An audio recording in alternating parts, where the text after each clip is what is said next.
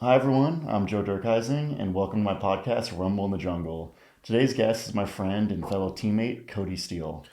Kody is an undefeated professional mixed martial arts fighter and rising prospect in the 155-pound division, known for his exciting style and finishing abilities.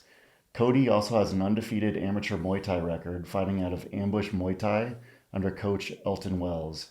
He's also an EBI Combat Jiu-Jitsu world champ and black belt in Brazilian Jiu-Jitsu at Brazilian Fight Factory under Rodrigo Cabral and training partners of the Tackett brothers and Izaak Mitchell.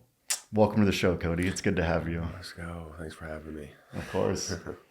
So you're coming off a massive win, a Fury 81, a week and a half ago against Nick Whitehead, where you received a performance of the night for your brutal KO finish in the first round. Yeah. For those of you who missed it, it's on UFC Fight Pass. I'd highly recommend you go and check that out. It was an amazing finish. I know this opponent had specifically requested to fight you. When you get somebody who calls you out specifically, does that give you any extra motivation to go in there and put on like a statement? Or is it just kind of another fight and you don't think about it too much? I think I don't make too much of it. I feel like honestly, like right now, I have like a target on my back. Like I feel like I'm a good fight for a lot of people. Like I'm a tough fight, but like also it's a good way for them to get their name out too. But I feel like every fight I walk into, I feel like jujitsu is one thing, but like MMA is like, it's a martial art, but it's also fighting too. So I feel like I make it personal for myself anyways. Like I'll be like, you're training for weeks and months, kind of like thinking about one person. And so it's like, once you finally get there, I don't know, you just make it personal and you just get crazy out there. Yeah, it's wild, man. It is so much more personal. And I think part of what makes it personal, if it's a tournament, it's like the focus is so spread around everyone there. When it's a fight, it's like you can get very hurt. Yeah. You can get knocked unconscious in front of all your friends and family in your underwear. So it's like it does make it much more like intense in that sense. Yeah, and it's just like, the interviews they put with it, the lights, the camera, the walkout, the build up is so much more. And then also too, like added, like stepping into a cage instead of a mat is also a different feeling, as Yeah. well. But yeah, I think it's just, it's hard. Like you definitely, like I feel like the most important thing is just you gotta stay locked in there. Like jujitsu, sometimes I'm like going there to have fun, and like it is fun. Like I have fun in MMA too, but I'm definitely a lot more locked in when I start throwing and doing MMA. Yeah, I feel like in jiu-jitsu you can kind of recover a bit more from a lapse of focus. But in MMA, if you lose focus for a second, that could Yeah, be it. yeah, for sure. And like I said, yeah, it's like your friends are watching, your family's watching, and it just seems like there's a little bit more behind it. And it's just it's also, yeah, it's you don't want to get KO'd or like even sub. Like I don't know, like I tell people all the time, like I could go do a jujitsu match, I could beat somebody really good and be happy about it. Like, dang, yeah, I beat that guy. That's what's up. But I could go to MMA and I could also like knock out a bum, and that would just feel so great. you know?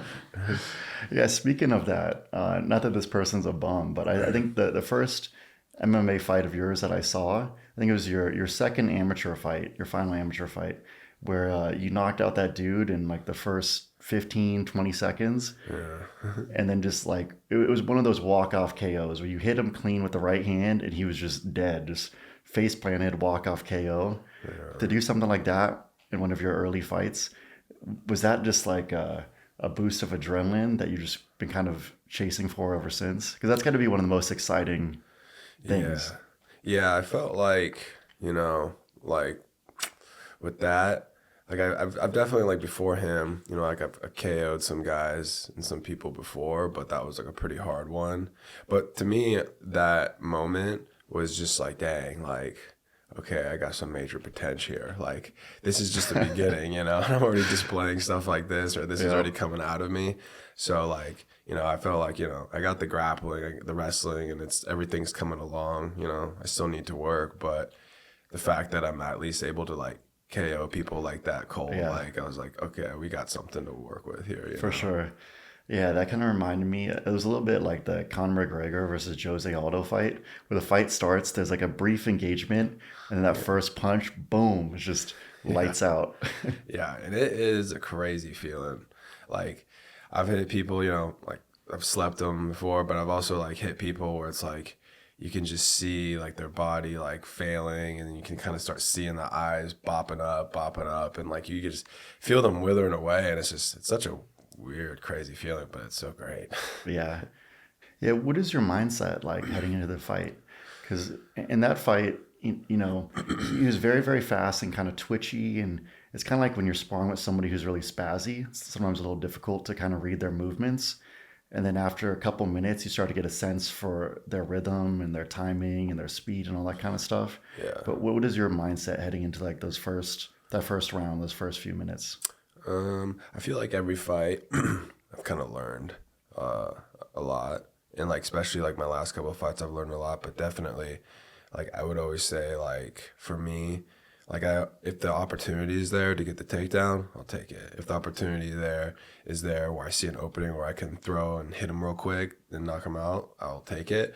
But for the most part, it's like as long as I keep my chin down, I keep my hands up, I keep my movement clean and good with the level changes, and I'm only throwing basic shots, 1 to 2 shots, like a jab across, a 1-2, maybe like a long kick or something, just to keep them at range and find the range. I feel is a lot more safer than like just getting straight up lulled into like a little brawl, you know? Yeah. But like then I feel like once you pass over that, because I'm always like, they're going to get tired, especially if like the guy's coming out all twitchy. I know like in the back of my head, like, okay, he's going to fade hard. Like I just need to keep fading on him. His shoulder's going to get tired. And then if I can close the distance, he's going to just burn himself out trying to like not get taken down. So it's like, I know second round, it starts to feel more like a hard sparring match in the gym. So I just try to, in my mind, like I'm always looking to finish the fight first round, but like at the same time, I'm like, I always play long game, you know? Yeah, just keeping that steady, consistent pressure. Mm-hmm. Yeah, just keep a one good high pace that he can't really keep up with, and then you can amp it up. Yeah. So how did you feel about this most recent fight? It looked like you weren't fully committed to the takedown. You're just showing him you could do one. Mm-hmm. You had a lot of those good jabs, good cross, some of your really good low calf kicks that you catch people with. Yeah. And then within a couple minutes, you saw him start to fade. His back started to go against the cage. Mm-hmm. And then you hit him with like that beautiful elbow, by the way. Yeah. That was a beautiful elbow that set up that whole finishing sequence. Yeah.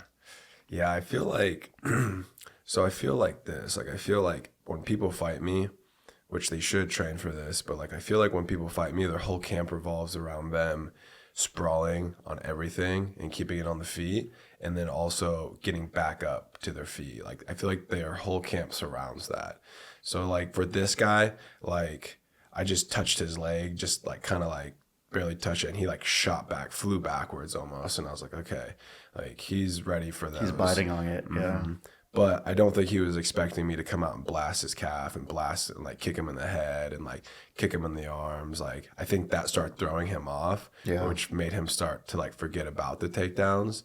And also too, it's like sometimes I feel like when you wrestle someone really hard, you gas your arms out. So for me, everything's all about like timing and like, you know, wearing people on. Like maybe, you know, like I feel like in the commentators or something like, oh, wow, that guy sprawled on Kody. It's like, you know, well, I'm not going to shoot one time. Like, you know, most of the time it's like, I just want you thinking about the shot so I can start throwing my hands and throwing harder kicks. And then once you start thinking about that, I'll go down and start shooting on you. Because I feel like, you know, if I shoot on them once, they sprawl on me. They're thinking about it, but they're also getting tired, you know? And I'm like, in my mind, I'm only like halfway attempts. And, and then, you know, then I think everything kind of starts to unfold. But yeah, like I'm never worried when someone can just sprawl once on me. I'm like, maybe if they sprawled every single time on me, I'm like, okay, this sucks. But like, it's all part of the plan, you know? Like if I get sprawled on, especially in the beginning of the fight, it's kind of like, all right, it's part of the plan. But if I take you down early, then it's like, then we're cooking. Exactly. You want them to just think about it. Mm-hmm. Yeah. Yeah. So speaking of your grappling, I saw that you have a match coming up at GrappleFest 17 in November against Jack Grant in Liverpool. Yeah. This is your first grappling match in a while, right? Yeah, this will be the first one. Yeah. Are you excited to show some of your improvements you made to your pure jiu-jitsu game? Yeah. So, yeah, I've definitely added a lot of stuff since I've competed last. Um, this guy, he's going to be a really tough match. Like, he's beaten some good guys in grappling. He's got solid grappling. Like, he's got really good wrestling. He's got a guard on him. He's strong, and we're also competing at like I think like 186 or 7 pounds or something like that. Oh, wow. It's Okay. gonna It's be like a middleweight. yeah, because he fights at 170. So like, because William was like, oh, you should go against this guy. There's this MMA guy, and I was like, okay, well, he looks kind of big. And William was like, hey, he's not that big. And I'm like, oh, he fights at 170. Like he's way bigger than me. I was like, but I don't really care. I'm gonna go out there and I'm gonna put a show on, and it's gonna be a lot of scrambles and a lot of fun. So I think it'll be entertaining. It'll be a fun thing for me to do. Yeah, absolutely. And as I said, it's been maybe like a year or two since you've competed in grappling last, maybe a little bit longer. Yeah, maybe. Maybe it was the ADCC East Coast Trials. Yeah. Okay. Yeah, it's been a while. Yeah, it'll be exciting to see you again because, yeah, last time, man, you had some amazing matches there. Yeah. Your match against PJ Barch. Yeah. Scrap. Oh, my God. That was amazing. For those of you who haven't seen it, go on Flow Grappling and check that out. It's one of the fights of the year, I think. Yeah. It was pretty good. Yeah, I think it's fun now. I feel like when I do the grappling and the jiu-jitsu, or I think about it, it's just a little bit, it's more fun for me now. Before I felt like it's like I need to win. But I mean, it's still always good to win, but like I feel like I can be a little bit more loose out there and go have some fun and not too much pressure anymore. Yeah, because it's one of those things, right, where it's like your full-time career and full-time focus is in MMA, and the grappling it's fun. You're world class at it, so you can do it and have these fun experiences. But ultimately, it's not what you're putting all your attention into. Yeah, and the problem is like why I kind of like had to take a break from the grappling was because I felt like I kept getting offers to get matches with people or like jump in some tournaments that were like really good tournaments and good matches, and I had to like kind of keep declining them, and I just hate doing that because it's not like I don't want to go against these people and get in these brackets, but it's like I don't know, like you don't want to be like we were saying earlier, like the MMA, it's so dangerous and it's so fast and it's so like, you really want to be 100% locked in, and then nowadays too, like people are so good at jiu-jitsu where it's like they're training. Most people now seem like they're training at least twice a day, all day or some shit. So it's like, these are like professional, like a bunch of professional guys who are trying to make it too, So it's like, it's hard to play both. Like, it's like either I could do halfway in, halfway out and do okay at jiu-jitsu and MMA, but then it's like, then I'm going to lose more matches in jiu-jitsu and then I'm going to get knocked out in MMA. So it's like, I just want to go. You got to go all in. Yeah, I want to go all in and like once my like MMA career is kind of more like solidified, then and I'm like chilling a little bit more, I'll like kind of start jumping back into jiu-jitsu. But yeah, I don't know. I love jiu-jitsu, and at least it's like I'm not going to come out with a concussion or anything. For sure. Yeah. So I have that. It's nice also you're getting a match in the UK, so you get a chance to travel a little bit. Yeah. Have you been out there before? I've been out there, I think twice. Like one time me and William went out there. We were like purple belts, brown belts, and we were out there for like a month, just like going around competing in some stuff and meeting some people. And then I went out there again and did like a Polaris match, and then it was fun. So this will be my third time out there, and yeah, I'm excited. That's the best thing with jiu-jitsu too. It's like you can pick up matches on some cool events, but also like travel around the world. For sure. That's the best part. Go do some seminars or something. Mm-hmm. So is William, he's going out there as well, competing in the Grapple Fest? Yeah. Is Andrew competing as well? I think so. I'm not sure. I think he's got a match on there. Like he's going to come out, but I'm sure he'll get a match. I think he's fighting this other guy. His name's like, I can't ever say his name. It's like Ellis. He's like good. He got third at like Nogi Worlds. Okay. And he's like a guard player type guy, real flexible, real tough. That'll be a good matchup. Yeah, it's fun. It's gonna be crazy. So now you're a 4-0, so you got to be thinking the UFC is probably coming pretty soon. So with that in mind, have you started to kind of look at some of the guys in that division and start to think about mashups and that kind of stuff? Yeah. For like me, I feel like I'm always watching. Like I'm always watching my division. I'm always seeing who's out there. Like I watch all the LFA fights, the regional scene, the Furies. I watch the Titan. Like I watch all like the regional scene guys because those are the guys who I'm probably gonna end up fighting in the UFC. So I got my eyes out on that. And then I watch the division, which is like super stacked. The 155 division is like super stacked.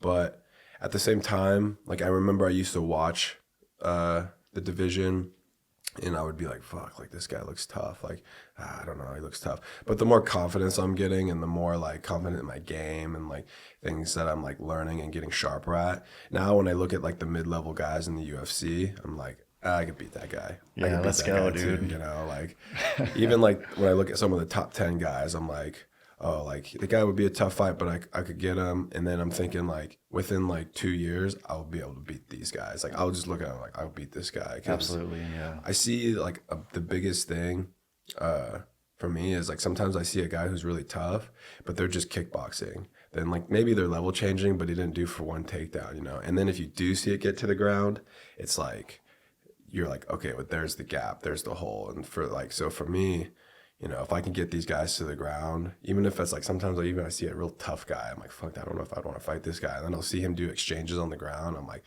shit, maybe I would beat this guy. Like, I don't know. I think that's where that loophole is for me, like I feel like, if we go in the clinch, I can throw in the clinch, I can sweep in the clinch. If I'm in the open, I can throw heavy. And then if I get you to the ground, then I can wrap it up. Yeah, that's one of the things I've noticed with MMA is I think there's guys who are world class in wrestling, people who are world class in the various forms of striking, but I think there's few guys who are world class in jiu-jitsu, particularly at your division. There's guys who are good, like they're good, solid uh, guys, but they're not elite. They're not like world class in that.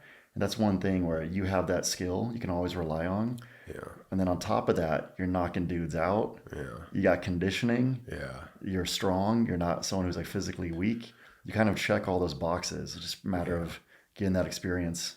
Yeah. I just honestly like I'm still like growing. I'm still getting better and stuff. But like I always tell like my friends, like there's only a certain people who see me spar all the time or certain people who get to like, whatever. And I'm always like, like I'm telling like Jackson, and stuff or William. And I'm like, I feel like, I have all these attributes. I have these things. I have this experience. Like I'm still gaining MMA experience, but I just keep telling them like, I feel like I have this like super dope fucking album. And Yeah.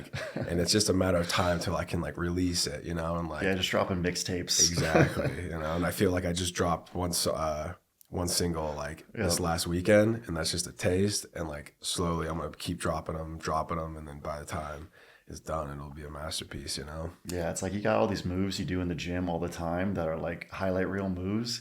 It's just a matter of having enough fights where you can start to showcase some of those. Yeah, because I feel like like when I'm training with like really tough MMA guys, like I get put in bad positions, but then it's like. Then I find my way to the legs, and like no one's been able to put me in like a leg lock situation yet. But it's like I know once I can grab on some legs, like where I have to show that part of my game, like I can finish fights from there, or if I get on top, I can finish from there, and then if we're on the feet, I can squeeze out some finishes there too. So it's like I don't know, it's hard to say because sometimes you watch people and you're like, damn, that guy looks tough, but then when you fight him, you're like, he wasn't that tough For sure. So Yeah. we'll see.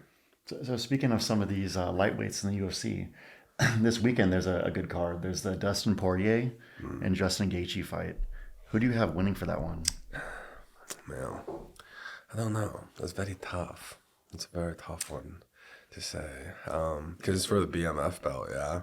Oh, are they putting the BMF belt on the line for this one? I think so. Okay, Rightfully so. that's perfect. Yeah, it's gonna be a fucking badass fight. And I feel like the first time they fought, Poirier not finished him, huh? I think so. Yeah. Yeah, I feel like then Gaethje was a bit more of like a slugger kind of a guy. I feel like now he's very like he's still a slugger, but he seems a little bit more composed. Like he's like using his jab a lot and just kind of like coming in more slow, and then he'll kind of turn the brawl on when he needs to. But then Poirier's just got hands for days, you know. Dustin looked good in his last fight. It looked very good. I didn't see Gaethje's last fight with that Fariz guy, the Thailand dude. Yeah, that was actually an incredible fight. So that dude was one of the most explosive fighters I think I've ever seen. That guy was so fast, Insane. hit so hard. And I think that's where he showed his kind of improved composure, where he was very technical. He did a good job just like setting shots up with his jab, his cross, his kicks. Didn't enter into too many of those wild exchanges. And you'd have bursts of the kind of brawling style, but he kept it composed and didn't just kind of get reckless with it. Yeah, I feel like if he got reckless with that guy, he would probably been able to maybe catch him. So maybe that was part of it, the strategy. But I don't know, you know, because I feel like when you have these big fights too, these guys, like, you know, they get a little too excited out there, and then it just, something crazy happens, you know. For sure. Whether they just start brawling or someone doesn't show up that day. Yeah, I feel like that's part of the keys to success for someone like Justin Gaethje is learning to, well, I guess maybe not learning, but remembering to stay composed. Yeah. And it's hard, you know. Like as I said, like I feel like he's got those hard shots. He's, you know, be more technical, but like Poirier's just got hands. Like I think the X factor too is Justin going to wrestle at all? Because I think he'd be much more effective if you'd shoot in just a little bit more often. That's what I'm saying. Like I feel like, you know, like Muay Thai is Muay Thai, Jiu-Jitsu is Jiu-Jitsu, and MMA is MMA. Like, if you're doing MMA and going out there just kickboxing, it's like, okay, that's cool. Especially if you're, like, legit and you have a really good sprawl, you can get to your feet. It's a great strategy for you. But MMA, I feel like if you're constantly mixing it up with the level changes, striking on the feet, striking on the ground, like, it just changes the game, you know? Like, sometimes I'll see people, they're real, like, light on their toes. They're just, like, picking me apart on the feet. I'm like, fuck. And then I start shooting on them because now they have to start thinking about the shot. But not only that, them defending it, now their arms are heavy. Their feet aren't as like light out. They're not as light on their toe. They're starting to walk hands heavier. come down a little bit. The hands come down, and it's like, okay, now this is a real fight because now it's more even, you know. But if I just strike with people, I'm getting knocked out. You don't even have to take them down too. You just threaten to take them down. You just like you level change sometimes, just fake the takedown, or you just kind of shoot a couple half-hearted takedowns, and now they're starting to react off that. And once they start reacting off that, you can start to set them up with other shit. Right, because even if you shoot on them and they sprawl on you, you go, boom, they sprawl on you. And then you get up and you throw a feint and shoot again, boom, they sprawl on you. You just did 2 burpees. And they're getting tired too. Yeah, exactly. Yeah. So it's like Michael Chandler. I'm sure that guy could be world champ if he used his wrestling a little bit more, you know? For sure. Crazy guy. Yeah, I feel like the 155 division is full of guys like that. Guys with amazing wrestling who use zero of their wrestling abilities. Mm-hmm. And I think that's what made people like GSP so successful. Is he was very smart about using both skill sets. Yeah. Where like people were never quite comfortable striking with them because if you got too comfortable, he'd shoot in. Exactly. And it's just, you know, it's safer. I mean, you can obviously get kneed in the head and everything, but like that's where the timing, the setups come in.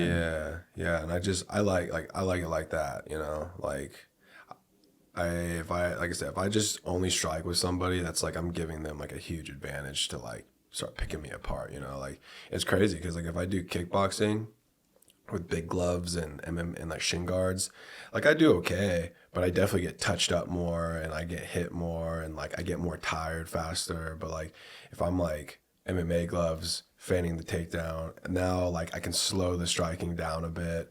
I can kick, I can punch, I do all that, but like if I just walk out to one of those fights, just only kickbox, like I'll get touched up. Yeah. I'll get touched up. So another fight on that card, there's the Jan Blachowicz and the Alex Pereira fight. Yeah. It's Alex Pereira's first fight at 205. Dude. It's going to be a good one. What a good card. Yeah, that's an interesting one because Alex got taken down by Izzy. Yeah. And if Alex got taken down by Izzy, you got Jan, who's much bigger, much better at wrestling. Once he figured out he could take down Izzy, he basically finished the last 2 rounds just on top of Izzy. It's going to be a tough one. I think, obviously, Alex can knock out anybody. Yeah. But Jan also has that sneaky knockout power. Yeah. He's got a weird body, right? He's got like very big upper body, very wide shoulders, his legs come up to like his midway through his stomach. It's kind of built like a frog. Yeah. Like a jacked Polish frog. Yeah. He's just chucking leg kicks too. No regret. Yeah, I don't know who's going to win that one. That'll be tough. I mean, I feel like I want to say Pereira, but yeah, the takedown factor is, a bit strange. But I mean, I don't know. Yeah. I don't know, but he's got Glover in his corner, and Glover smished. Yeah. Fucking Juan Povich guy. So I don't know. Yeah, it'll be good though. I'm excited to see that. I think that's probably one of the fights on the card I'm most excited to see. Yeah. In BJJ, I think you're probably most famous for your suplexes and your wrestling heavy style. Yeah. What was your experience of wrestling before you got into BJJ?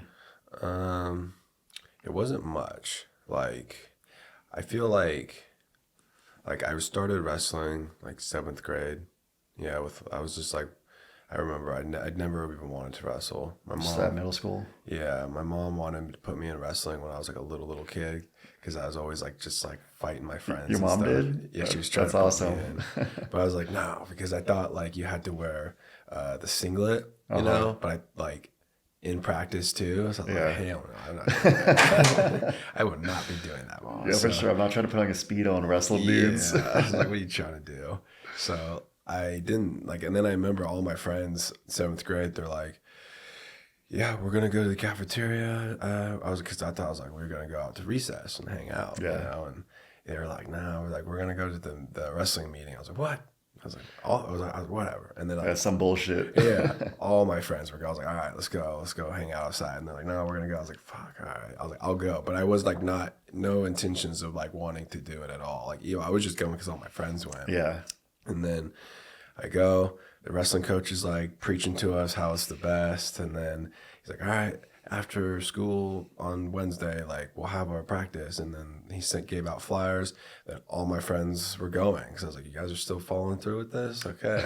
Like, I guess I'm going to come. And then I just ended up like, I felt like, I was like, dang, this is like really cool. And I felt like, I was like one of the better guys on like out of all my friends. And so like, I was the only one who actually ended up sticking with it. So I did 7th grade wrestling, and then I did 8th grade. The next year I did 8th grade wrestling, and then my 8th grade year I got into some trouble, so I wasn't able to like go to like high school my freshman year and start wrestling. So I ended up having to go to a different school, and then I started wrestling there, which worked out really good because my wrestling team over there was like really good. We had like Nice. a lot of good like just like local just tough wrestler kids. So sophomore, junior year, I wrestled in high school. And then my senior year, we ended up moving to Texas. And then in Texas, there was no wrestling. So I only wrestled for about like those 4 years. But I remember I used to play baseball and stuff too. But then I quit baseball because I was like, during wrestling season, after wrestling season, baseball season started. But then instead of doing baseball season, they would have like freestyle wrestling tournaments and Greco tournaments. So I used to just like every single weekend I would be going to all these wrestling tournaments and like just going 2-and-out, just losing like every single match for like a while. But it's good, I felt like I got a lot of good experience from it, learn how to do some double legs, some single legs, some suplexes and stuff. And Where were you wrestling before you moved to Texas? like up in Washington. Like Is that where you were born and grew up there? Yeah. So I grew up in like Port Angeles, Washington. Okay. It's like over by like people may maybe say like Sequim, Washington, or like Forks. So it's like in the middle between those two. Is it along the coast? Mm-hmm. Okay. And it's like Small little town? super small town. Okay. Like very, very small town. A lot of like kind of like hickish people. Yeah. That's very Like redneck Washington? yeah, like a bunch of loggers, and Yeah. hunters and stuff like that. So It's funny, when a lot of people think of the Pacific Northwest, I think they think a lot about, I think hippies maybe, or like, people in tech or like really liberal type folks. yeah. But as soon as you leave Portland or you leave Seattle, it gets like very rural, very, very fast. Yeah. A lot of people don't realize that. It's crazy. I always like, I loved growing up there because Beautiful area. it's super, super beautiful. But You know, and everything is such a small town, so I used to just bike everywhere, you know. Oh, that's awesome. Always biking everywhere. And it was, you know, it was good. Small town. I kind of like knew everybody, and really cool place to grow up. But I remember I was coming towards the end of my like high school and stuff. I was like, I don't know, like, cause like for college, I wasn't thinking about college. Yeah. I was thinking like, maybe I'll do this. I don't know. Maybe I'll just go to the military, and this will like get me out of this town, and I can kind of like figure out from there. But then when my mom said we're moving to Texas, I was like, okay, it's a big city. Like, I'll give myself like about 2 years to see, like after high school, to see like maybe what I can find myself into and stuff. Did you guys move straight to Austin? Yeah, What brought you guys out here? Just to kind of get out of the small town, change and the pace. stuff. Yeah, and like I said, like when I got in trouble, it was like it's a small town, so everybody always is like into everybody's noses and shit. So it's like my mom was like, okay, well, let's just change the pace. Yeah, we're gonna get out of here, do this, and like she was telling me, she's like, I could stay an extra year because I had friends I could have stayed with, and so I could have finished like my football and my wrestling out, and I was like, maybe I could get like a scholarship or something for wrestling, maybe, I don't know, but I was just like, nah, like I want to go and like just be in a bigger city, just because I know there's be so much more opportunity, because there's not like a lot of opportunity where I was coming from, you know. So I was like, I'll go where the opportunity is. Yeah, unless you want to become like a logger or some shit. Yeah, exactly. Then I'm at the right place. For sure. So you said you played baseball. How long did you play baseball for? I played like from like t-ball all the way up to about high school, and then I was like, okay, I just want to wrestle. Yeah, it's interesting. So I've grappled with quite a few people who used to play baseball, and I'll say I think people who play baseball are some of the most explosive athletes, because the entire sport is just a ball's coming, I need to react and hit it as quick as possible, or a ball gets hit in the outfield and you have to sprint and catch the ball. Mm-hmm. And I found those folks have just ridiculous reaction time and explosion. I wonder if that played a role in some of your knockout power. Because when you throw that right hand, it almost reminds me of like you have a bat and you're fucking cracking a ball, you know? For sure. You're just swinging. Yeah, I think like, because like sometimes in my head, I'm always like, man, I wish I wrestled earlier. Or maybe did like gymnastics, or I did something earlier to help me do what I'm doing today. But I played like baseball and football through like most, like all the way through, like football all the way through high school and everything. And I feel like just like doing workouts that they do, which is a lot of just explosive, quick twitching movements. Like I feel like I'm a very twitchy kind of guy, you know, in that way for like athletics. So I feel like it just helped me get better at that. For sure. So if like I never did that and I just only wrestled, or just only like, I don't know, like it'd probably be like my style would be different or something. But I think so, like, you know, playing sports growing up definitely helps you with like different attributes, you know. And like I was always in the weight room too, you know, playing sports. Like they always had us in the weight room. So when did you get into BJJ? So was that kind of right away, or did it take a little bit of time for you to find that? Yeah, so I kind of did like, because I remember when I was younger, like I remember I was in the wrestling room, and I remember just like, I think I was like a junior. I was like back in Washington still. And I just had like this weird moment in my head where I was like, I don't really know what I want to do with my life, but I want to do something like this. Like I want to be like, because when you wrestle or grapple, you just feel good after, you know, and like you feel strong, you feel your life has a direction too. Yeah, there's like a date and a time where you have to be ready for something. Exactly. So it's like I want to do something like this, and like I always wanted to like fight MMA, but it's like they just had nothing around me to even teach me MMA. So like in my head, like that's something I always wanted to do. I mean, I was always kind of getting in like some fights and stuff at home, like back at home and stuff. So it was something that really interested me, but just didn't really understand how to get to that. And then so when I made the decision to like move to Austin with my parents and stuff, I was like already thinking like, okay, there's a lot of opportunity there. There must be MMA there. There has to be some type of MMA there because it's such a big city, you know? So then when I moved here, I did football here in Texas just to like make friends. That must have been cool. It was pretty cool. Because football is huge here. So big. Especially compared to, I'm guessing. Oh, yeah. Yeah, Port Angeles. So big. Yeah. It was an experience. What position did you play? I did running back, and then I played. Makes sense. Yeah, and then I played some safety. I also played some D line. For real? That was crazy. Yeah, that was crazy. That was not my best, but it was fun. So you finished out football here.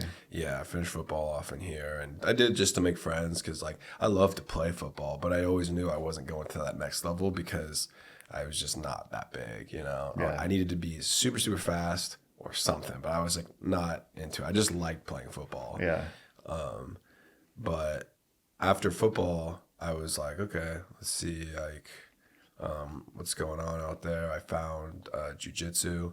I remember I went to like one class and like I don't know, like there was a vibe to it I was not happy with. Like I remember the instructor was like one of their black belts and he was trying to like kill me and like we got in a scrap and like he couldn't sub me or anything, but I didn't know what I was doing either. Yeah. But I just remember him trying to like murder me, and I was like, man, this guy fucking sucks. Like if he's can't sub me and he's like trying to hurt me, I was like, no way. Yeah. And I just didn't get good vibes there, and so I was like, fuck that. Then I ended up going to a different place, and then I met Rodrigo, and like he like whooped me up, but like in the most technical, crazy omoplata type of way, where I was like, whoa, what is he doing? I can't Like stop there's him. some magic there. Yeah. Yeah, like it was just like he was effortlessly like sweeping me and doing stuff, and like so I was like, okay, like this is like I don't know who this guy is, but like he can make me very good, I think, And Yeah. I just was getting good vibes, and so I was like I was gonna stick with him, and then like I wanted to do MMA even earlier before that, but he was the one who told me like, no, you gotta wait till at least you're a purple belt, and I'm Probably solid advice. yeah, and I'm really happy I did, Yeah. So like, that's when I started. I was still like a little bit in high school, but high school was like almost over when I started. But I was like fully in to jiu-jitsu. Like at that point, like I was like, okay, I'm gonna train as much as I can. I stopped kind of like even going to school a little bit. I was showing up like half the day and said go Football season's over. Yeah, exactly. Like I was like I already am like I'm good on school-ish, and I was like I'm not going to college. I don't need to do anything extra. I just need to graduate. And so Yeah. like I would go school, I dip out, go to class, go to noon class, and then go back to school. That's awesome. And then they're like, where were you? I was like, I don't know. I got lost. Yeah, school's huge here. Yep. Yeah, so by the end of senior year, basically, you started to already kind of develop your obsession for jiu-jitsu. When did you feel like, okay, there might be like a future career here? It was like way later, like in my belt colors. Like, so I remember, and I feel like it's really important. I think a lot of kind of fighters go through stuff like this, but it's like for me, I remember like sitting like at my mom's place because I was living with my mom at the time, and I was like sitting there and just like just contemplating life, like because like it's so tough. Like when you grow, I feel like when you grow up through high school and middle school, and people are always talking about where you're gonna go to school, and like school for me was so bad. Everybody pushes it, man. Yeah, it's like I was like, dude, I'm not even good at school. I don't even want to do it. Like I feel like I have to go. I feel like I'm getting shamed if I don't go. For sure. But I just knew like for myself, like I was like, that's just not a good thing for me, And I remember I was going through, and then I started doing jiu-jitsu. And then, like Rodrigo's like one of the guys, who told me like, put me on the side and like was like telling me like, hey, if you want to be good at this, you could be good at this. Like if you like fully commit to this, like if this is your school, if this is your work, then you can do it, and you can travel the world and like compete and make money. And I was like, what? Like no way. Like and there's no way. Or He's the first person to basically tell you like, hey, this could be a career. You got it. Yeah, but it was hard at the same time because like when I started doing jiu-jitsu, like gi was like the thing. No gi wasn't really even a thing. And the only thing you could do to make a name for yourself was win the gi worlds, which is like so hard to do, Yeah. And so I competed, did my thing. But I remember around purple belt, I was like, at this point, I'm doing jiu-jitsu. I'm not making any money. Nobody knows who I am. And I'm going to these tournaments and I'm losing like all the time, like the big ones, the important ones. I'm going out first round, second round, third round. And then I'm looking on Instagram, seeing all these other guys who are like traveling all over the world, doing all the IBJFs and winning them at the same time. And I'm like, dude, I was like, I can't. And they're still broke. Yeah, and they still broke. And I still do it. And I'm like, look at this. I'm like, shit, like I can't even get to this level. What the heck am I doing? At this point, all my friends are like graduating college now and like getting jobs. And I'm like, fuck it. I'm still like in the same part where I'm like not making any money. No one still knows who I am and all this stuff. And I feel like, you know, I was at a moment where I was like, you know, like I was like, I hope I can make it. And then I can look back on this and be like, damn, like good thing I didn't quit, or this is why, you know, this is what keeps pushing you, you know? And I remember purple belt, no-gi, I started finding like just having more of a thing for no-gi, because I used to tell people all the time just to get them off my back. They're like, what are you doing for work? Or what's your plans for the future? I'm like, I want to do jiu-jitsu and then I want to open up my own gym. And I would just say that so people are like, okay, at least he's got a plan and like, he's going to open up his own gym or something. That's why I know that feeling, man. You're just like making some shit up that you think they want to hear. Yeah. You're like, I'll be okay. I'll be fine. And I'm just like shaking in my fucking boots. Like, would they be impressed if I'm a business owner? Yeah, I'll open a gym. Fuck it. Yeah. I got plans. Dude, it's just so much, you know, like I said, like you kind of get shamed for not doing stuff or whatever. Yeah. But, you know, it's, I remember I was like, okay, and then I hit purple belt and I'm like, maybe I quit, maybe I go get a job, maybe I start doing MMA, but like I don't really feel like, I felt like when I was purple belt, my jiu-jitsu started to like make more sense to me. Like I was like, okay, this is kind of my game. I like to do this. Just trying to connect the dots. Yeah. And then shortly after that, that's where I met William and Andrew and all those guys. So, because we weren't training together. They were training at Rabati's, a different gym. And then after that, I went and trained a little bit with them, and then they came over and trained with me. And long story short, they ended up just coming over and training full-time with us over at Fight Factory. This is like 2017, 2018? Something like that, yeah. Okay.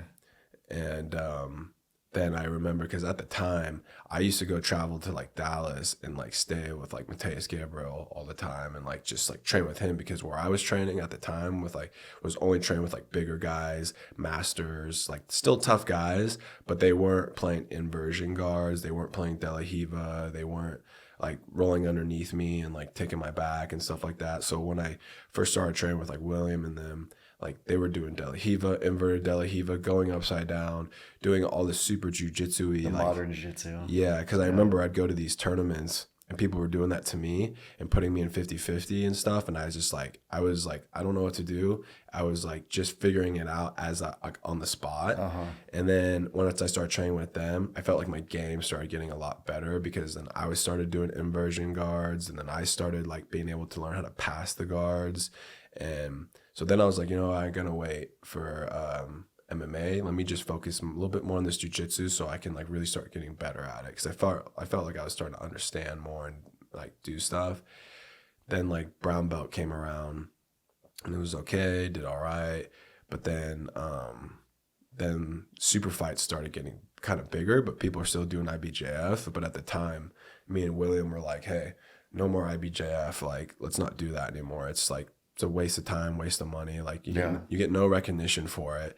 The only thing you can get recognition for is if you get a picture on the podium at Worlds or at Pans. And it doesn't even matter if you just won that with advantages. Exactly. And it still don't even matter. I was like, what we need to do is we need to travel around as much as we can, we kind of put our money together and we're like, all right, let's go here and compete on this show. And we're only going to do super fights or like brackets that are with money and televised or whatever. And I was like, we need to do it all through Flow Grappling, because that's like where they can start collecting data from us, you know? Yeah.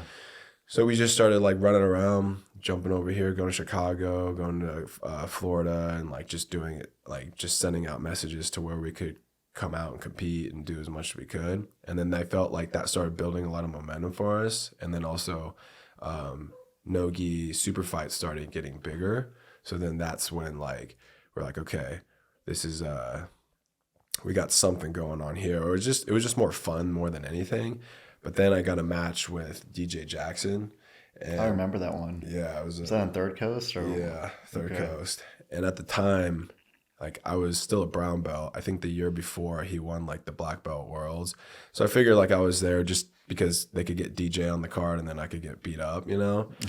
But I was like in my head, I was like, fuck that. Like I'm gonna go through this guy and I'm gonna try to like at least put on a good fight, you know? Yeah. And then once I beat him, I was like, for myself mentally, I was like, okay, I could do this. Yeah. Like that was like the mental switch for me. For where I was sure. like, I can do this. And You then, got that confidence where you're like, I thought I was good, but now I know I can do this. exactly, you know. Yeah. And so I was like, I'm one of the guys. I just got to keep training and like it's I'm gonna him. work out. Yeah, exactly. And then I think like a week after that, I lost to Johnson Taiva by like him not barely doing anything. He just kind of like played like real safe, and then X guard sweeped me at the end. I was like, what the Gosh. fuck? Okay, whatever. You could have that, I guess. And then the week after that, then I did combat jiu-jitsu, and I was like still a brown belt. I think everybody except one other guy Was this at EBI Worlds? yeah. Okay, so this was at that time. And William was supposed to do it, but Was this the first EBI combat jiu-jitsu ever, right?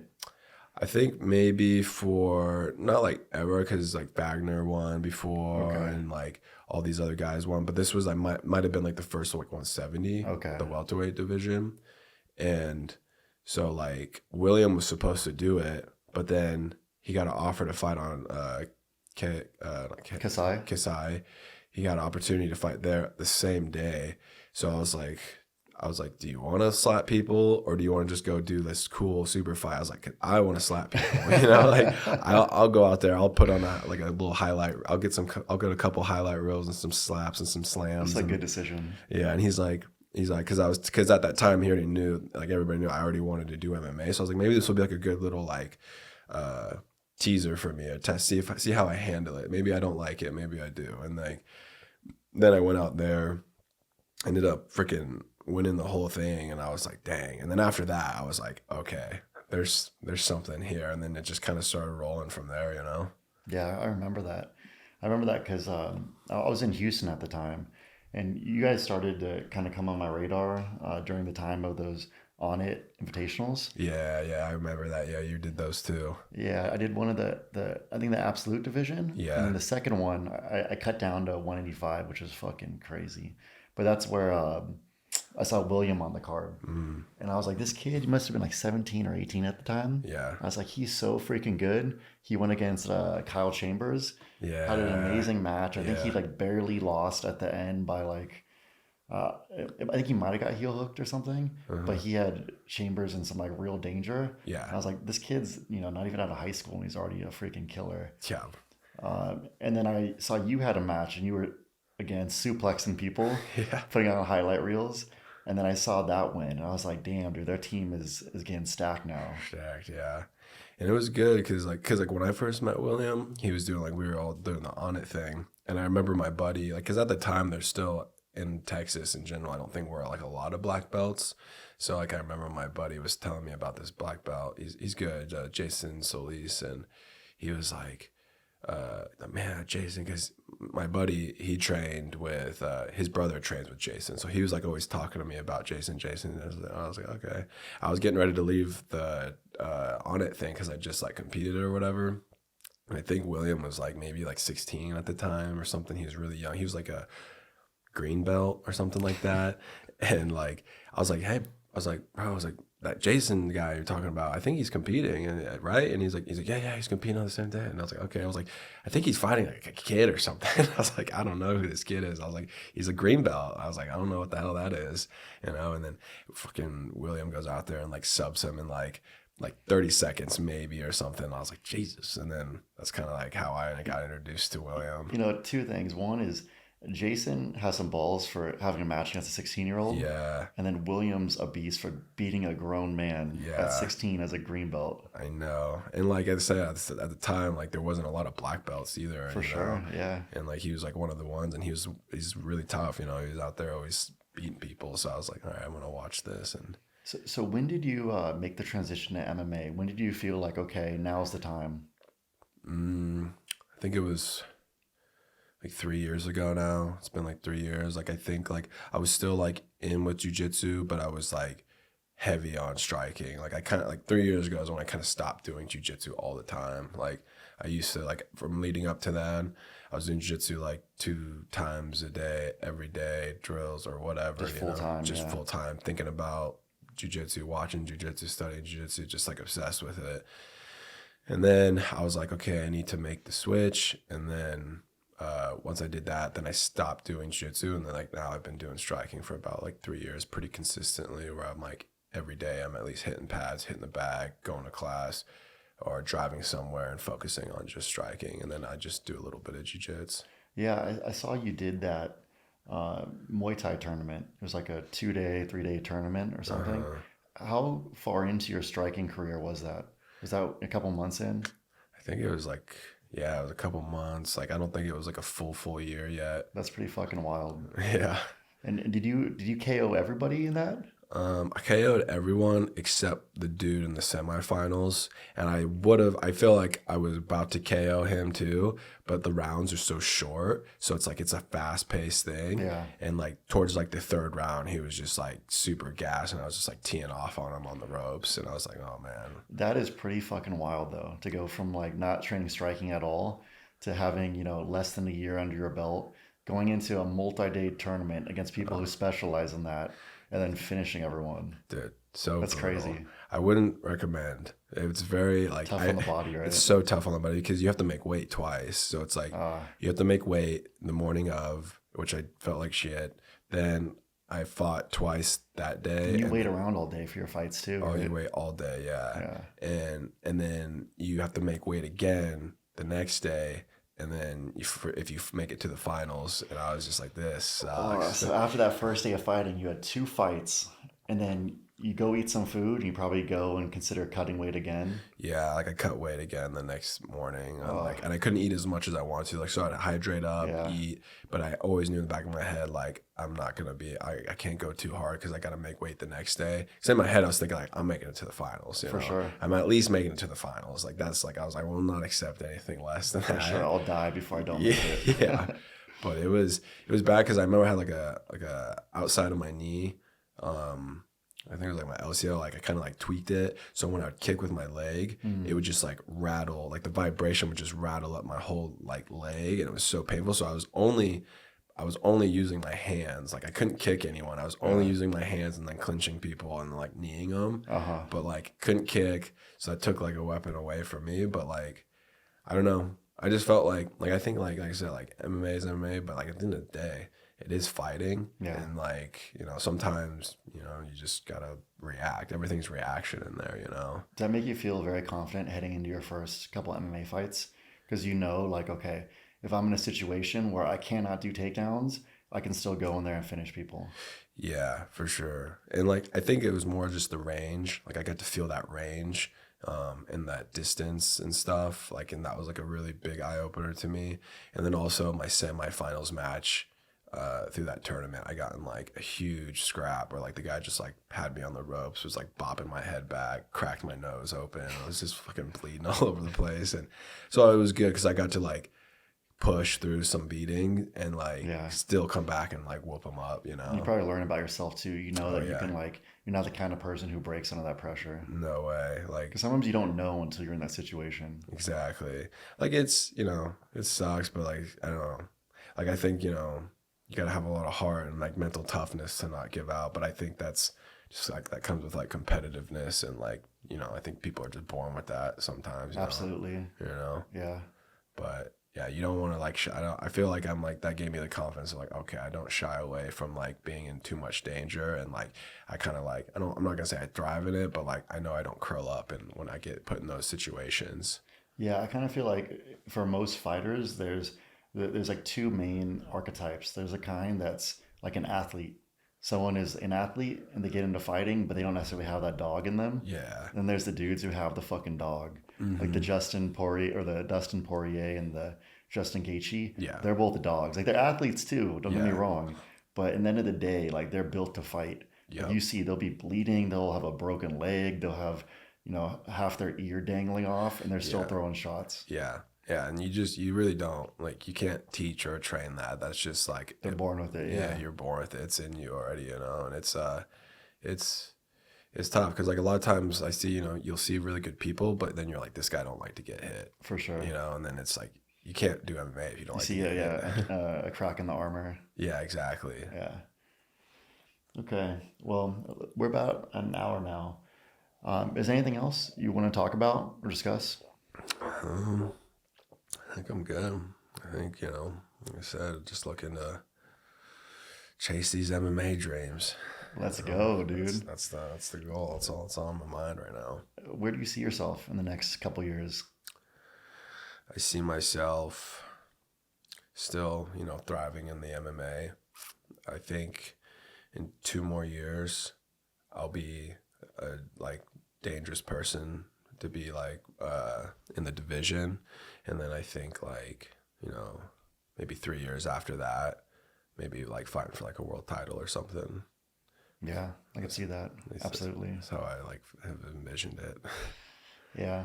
Do you have in your head, do you have a timeline? Or is it kind of somewhat fight to fight? You have an end goal in mind, but you're just kind of seeing how things naturally evolve. Yeah. I mean, I'll see how things evolve, but I definitely have this time I'll be here, this time I'll be there. I feel like in 2 more years I'll be doing, I feel like in 3 years you can kind of almost reinvent yourself, Absolutely, yeah. And you can be something else as long as you don't get distracted, and it's every day you're pursuing that for 3 years. You could change who you are, you could change what you're doing in life. So I feel like I've made it to that 3-year mark, and 2 more years will be 5 years, and I think that's when I'll in 5 years, that's when I was doing jiu-jitsu. That's when it really started to click, and I felt oh, I can beat people that were if I traveled and stuff, I felt I could beat really good people. So I feel in 5 years with the recipe of what I've used for jiu-jitsu to get better, I feel I'm doing it in MMA, and I feel it'll be a faster growth. Yeah. And then so 2 more years, I think I'll be a world, kind of a world beater in a way. And then 3 more years after that, I'll be lined up. Yeah. So what you're saying is, if anybody out there thinks you can beat Kody, yeah, now's your time, because it's only going to get worse. Yeah, you got to do it now. Good luck. Exactly. For anyone who hasn't seen any of his fights, I believe they're all on UFC Fight Pass. I know the last one definitely is. So I'd recommend all of you guys going to UFC Fight Pass, watching his fights, following Kody on Instagram at Kody_Steele BJJ. He puts a lot of training footage on there. He puts his fight highlights, and he always has good, interesting content. You out in the desert of Nevada with the bird. Yeah, the funky bird. The funky bird. A lot of good content. So I'd recommend you guys follow him on there as well. And Kody, thanks. We look forward to what's next for you. Yeah, bro. Thank you for having me. Appreciate it.